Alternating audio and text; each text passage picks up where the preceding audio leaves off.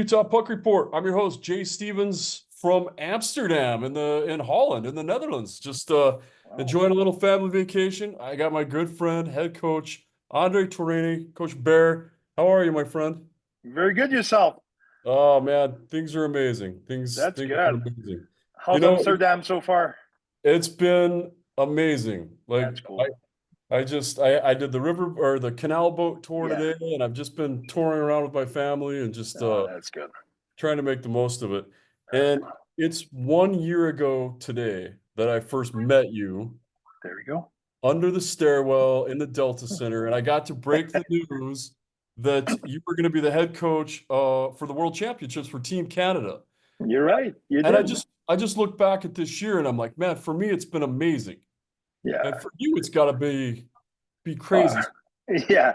It's been amazing as well. I think on every level, and personal level, my family, the player, but the fans, the way they embrace our team and they welcome us and everything, and with the ownership, at the time we met, there were a lot of words. That will be awesome. The people will love you. The ownership will be great. Yeah, but I was kind of okay. I believe you, but now I see it for myself. Now I saw how Ryan and Ashley Smith treated us and how they treated the player, and I saw how the fans react with us on a daily basis, not just in the arena 41 time, everywhere in town and in the activity we had, or so on and so forth. It's been nothing but amazing. Did the fan support kind of surprise you? Because Yeah, there was a lot of doubt going around on the internet and on the people that really know the NHL. They were like, "Oh, Utah's not a hockey market." Did yep, did the fans here surprise you? yeah, absolutely. And I remember we had that discussion with you and with Cole and the other, where we were saying, you know, we'll see how the people react. There's a lot of Jazz fan and stuff. And I think I don't know where those fans were hiding for that long, but I will tell you that there's a lot of hockey fans here. There's a lot of passion for hockey, and there's a lot of people who convert as well. There's a lot of people who we're talking to and say we're saying, "Hey, I went on my first game, and that was amazing, and now I'm hooked. I will be back and stuff like that." So I think that reception and that show of love for the team was amazing. Yeah, it honestly surprised me too. And I was the biggest cheerleader. That's one of the Yeah, reasons Ryan and Ashley reached out to me is I was the cheerleader. I was like, we've got the fan base, we had the Eagles, we have the Grizzlies, and we have a fan base, but yeah. the way the new people came out, people that had never been to hockey before, that actually really impressed me. And the way they kind of, did you notice them mature as a fan group as the season went on, or am I just making stuff up? No, I agree with you, but I will say it right from the beginning. I've been around long enough. I've been in some market where they had no clue. They had to announce what was icing and this and that in the arena, and they had they had to educate the people. I thought that would look like that, and it was not like that at all. The people had much better base and understanding than I don't know if that's what I was expecting, but whatever. I thought the knowledge was at a good enough level, and I think it grew during the season. I think they become more passionate about the team. I'm sure, and they uh, they follow the game and they follow the league, and they're way more knowledgeable now. One of the things I've been trying to explain to the fan base, at least that listens to my show, that maybe doesn't understand as much is, we've got Keller and you've got Cooley, and you expect those guys to put up a ton of points. Yeah. But, the difference between line one and what you expect from line two and line three and line four, can you kind of tell us in your coaching style what you expect, what the differences are in the lines, what the expectations are? Why is being a second line center one of the hardest jobs in the NHL? Yeah. Well, there's a few layers of what you're asking there. First of all, I think you need multiple ingredient to make a good team. You're following the NHL right now in the playoff, and you see third line, fourth line guy make difference in the game. You know, you saw Blackwell scored the overtime goal for Dallas. He was not even in the lineup game one, scored the overtime goal in game two. And that happened in many, many series. You know, there's the depth is important. Often you will have obviously your first line more offensive player, star player, or so on and so forth. But you need to have uh, like I said, different level in your team. You need specialty on your special team. You need guys who can play against those elite player, you know, because sometimes you play elite player against elite player, but sometimes you play a more defensive player against certain elite players, depending on the style. If you look on our team, we have guys like Kevin Stenlund and Alex Kerfoot on the fourth line who can be anytime on a higher role in the team, but they're so good defensively. They help us killing penalty, and any given night they can play against the top line on the other side. So that free up your elite player. When I use let's say the game against Winnipeg at home, I use Stanlon, Bukestad, and Kerfy against the line of Scheifele, who's an elite line on the other side. That creates a few things. First of all, now Cooley, Keller, and Gunner don't have to play against those guys. Now they play against another line where it may give them a little bit a better fit for them, or an opportunity to play a little bit more offensively. That is one. Two, what it creates for Winnipeg is they often match the defensemen. So now they were matching their second or third pairing of defensemen against Stanlon. So what that did, it did not put Morrissey on the same time on the ice than Scheifele. So now instead to have their best defenseman playing at the same time than your top line, it helped. So it helped defensively. It can be the same on our side, you will tell me, but that's why having depth and having line like Stanlon can sometimes play to your advantage, and you need to use it at the right time. That's an example. But as well, you have the Bainers line who will bring energy, physicality, get on the forecheck, bring a lot of tempo in the game. You will have lines with a guy like Liam O'Brien who will bring energy, will spark the crowd, will spark your team, will be really structured, those kind of things. So you need more than one style of player in your team to win. And there's some style who can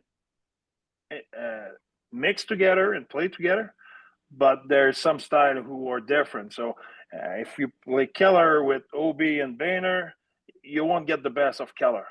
But at the same time, if you play Donor with those guys, now you have a line who will bring really good energy and get on the forecheck and be tough to play against. And the same thing, and so on and so forth if you go up. So that's a big thing of chemistry. Yeah, to me, that's one of the things you're best at. And you and I have talked a little bit about my history with JP Parisi, and he always used the analogy of it takes a lot of craftsmen to build a house. You can't just have 10 carpenters and build a house. No. So, yeah, and that's perfect. That's a perfect example, and that's kind of what I've been wanting you to tell the fans. There's so many layers to what has to happen in the NHL, and I love watching you.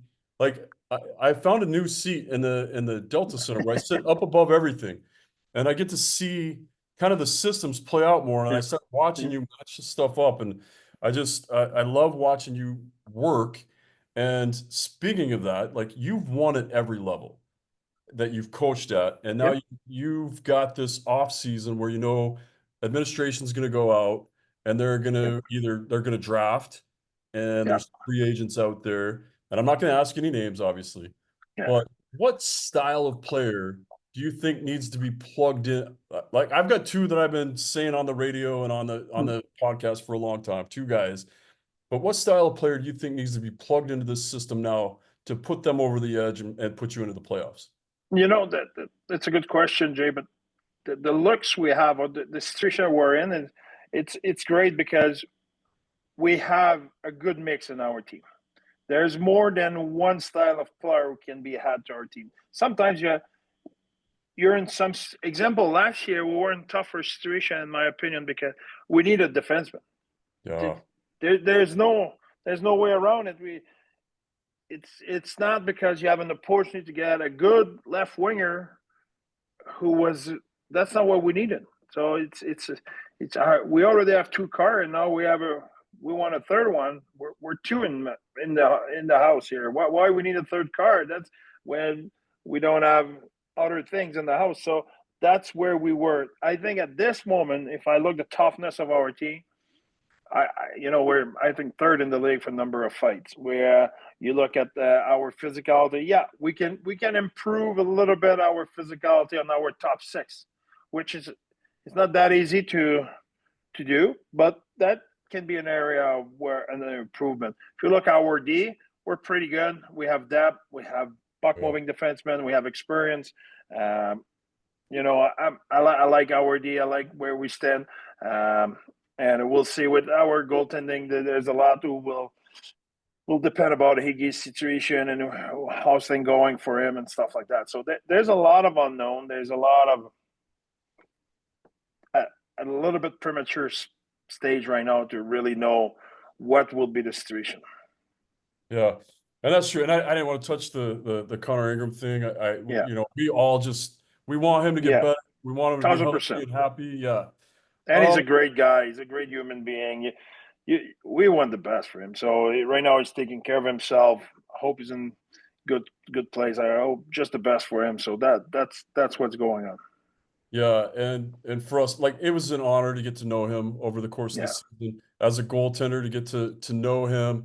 And I kept trying to have Veggie on the show as well, but I've had Connor on the show, and you've just got such great personalities and people and character in your locker room. It's that's hard to do, and it's phenomenal. Do you happen to know by chance, did Connor get all those letters? Do we know if you ever got those letters from the fans? I don't know. Okay. When the player get on the program, you just leave him don't get alone? in contact with him. Yeah, exactly. I leave him alone. He has my numbers.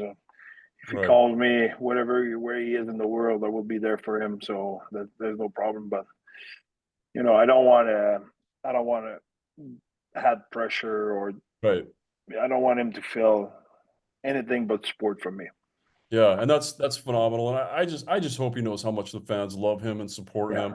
I I agree know with that. Veggie became the face of the franchise because he played so many games in a row. Yep. And I constantly was on the radio talking about how as a goaltender, that's what you want. And people were like, "Oh, what about the work management?" I'm like, "Oh, there's ways. You got Yeah, e-bugs." exactly. Like me forever, I was an e-bug. Yeah. It's my favorite thing. Guys take their morning skate, they take 20 shots, they get off the ice, or they take as many as they want. And I thought you did a phenomenal job with that. Big announcement with Keller, Cooley, and Kesselring now with Team USA. Yeah. That's good. Yeah, phenomenal. And how do you feel about that? There were some injuries during the Four Nations. Does that play in your mind or not? Or are you just like, man, that's just amazing opportunity, and I hope the best for him? Are you driving your car every day? I'm driving my car every day. Are you crazy? There's accident every day. There's people dying in the street every Love day. that Why are you analogy. driving your car? I love that analogy. That's you're a hockey player. You play hockey. Yeah, there's injury. That's just the way it is. It's the same thing than driving your car. There's accident every day, but you need to be careful. You need to do what you have to do. And an accident, it's called an accident because you cannot control it. It's just it may happen, it may not happen, but you cannot live your life being afraid of an accident all the time. So for me, there's thing you can't teach in hockey. There's a few things, and one thing you cannot teach is how to react on an elimination game. How you react when really you have the gun to the temple and you need to execute. You need to do it. The pressure is high. The emotion are high. There's a lot going on. And in the book, but now it's different. You can study as much as you want at night, but then you arrive the next day, you have 60 questions in 60 minutes, the stress is going up right away. Even if you know what you're talking about, it's not the same when you have to do it, execute, and making a mistake, who might be costly, giving a scoring chance, and how you react to it. We can talk about how you have to do it, But doing it, it's something else. So they will have that opportunity. They will have the opportunity to fail. To make a turnover will cost a goal, or to miss an open net, or to miss a pass for a breakaway, or so on and so forth. And okay, in the pressure situation, how you deal with it, how you bounce back for the next shift to, first of all, move on. Second, stay focused on what you have to do and be composed on the next play. When this situation happens, not creating panic or whatever. Okay, you've been there and boom, you're executing it. We talk about it all the time, but having the opportunity to actually do it, that's awesome. And I will say for me, I think it's 13 time or maybe more with Hockey Canada. And we always been in the elimination game, quarterfinal, semifinal, final. I think there's only 2 times we didn't reach a final. So it's a lot of opportunity for me to grow. And when I started my first tournament, I remember it was in 2008. And oh boy, at some point, I remember like yesterday, it was a Swede, and they were coming from everywhere. And I was kind of, okay, that was a little bit of panic. I knew what we had to do, but the stress take over. And then now, you get in that situation, and okay, the stress remained the same.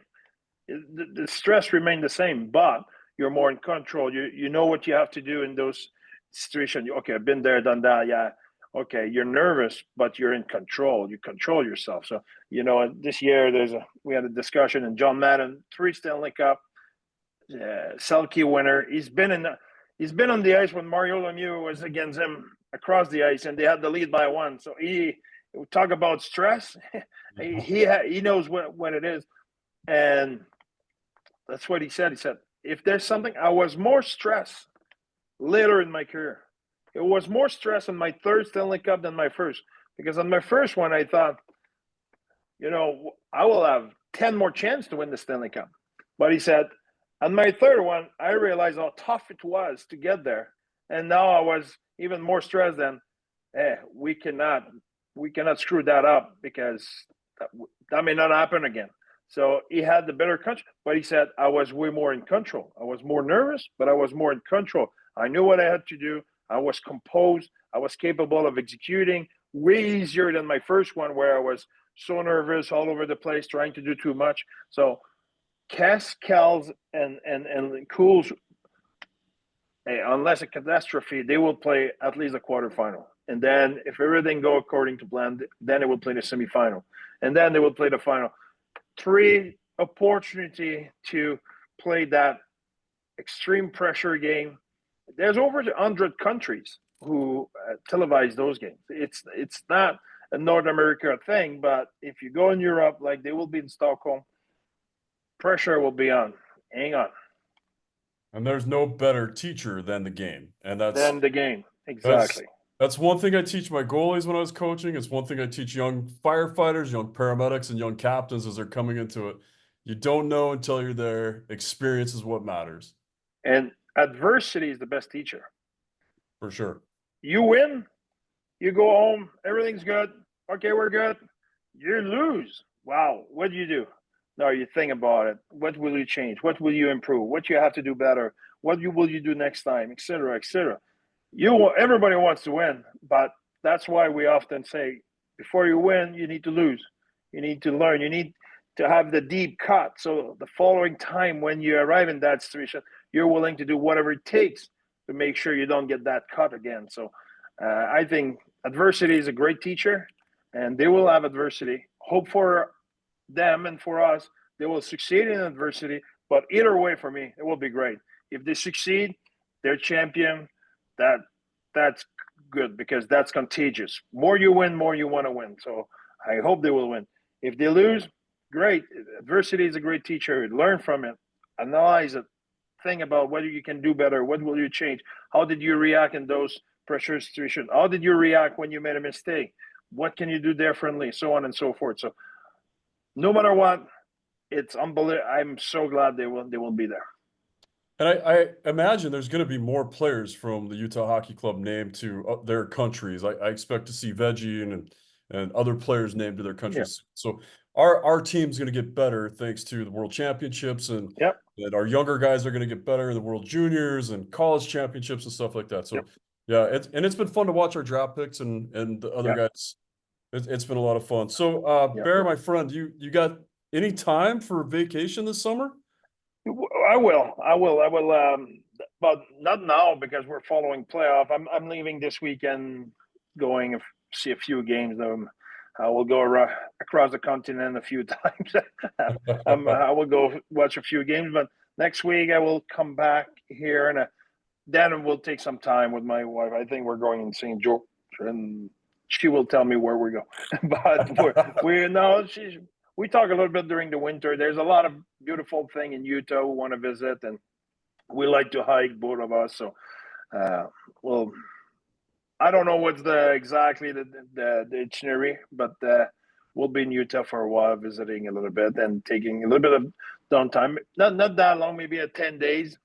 No, then we need to get back to work, the playoff, et cetera, et cetera. Then it will be the draft, free agency, dev camp, and then I will go back home, see my parents, sisters, and take a little bit of vacation. Outstanding. My wife planning our vacations, how I ended up in Amsterdam. Yeah, Southern Utah is amazing. You'll love the hiking. yeah, yeah. She told you what you like.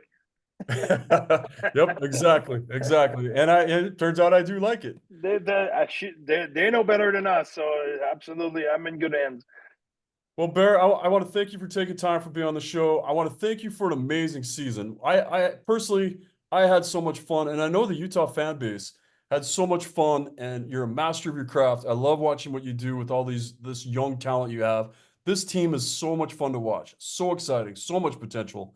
And I know that you're going to take us to the next level. I can't wait for next season. I can't wait for the draft. And thanks again for being on the show. I appreciate your time, Jay. Thanks for having me, and really happy about everything happened this year. So I'm looking forward for next year and keep growing our relationship. All right. And that is the Utah Puck Report.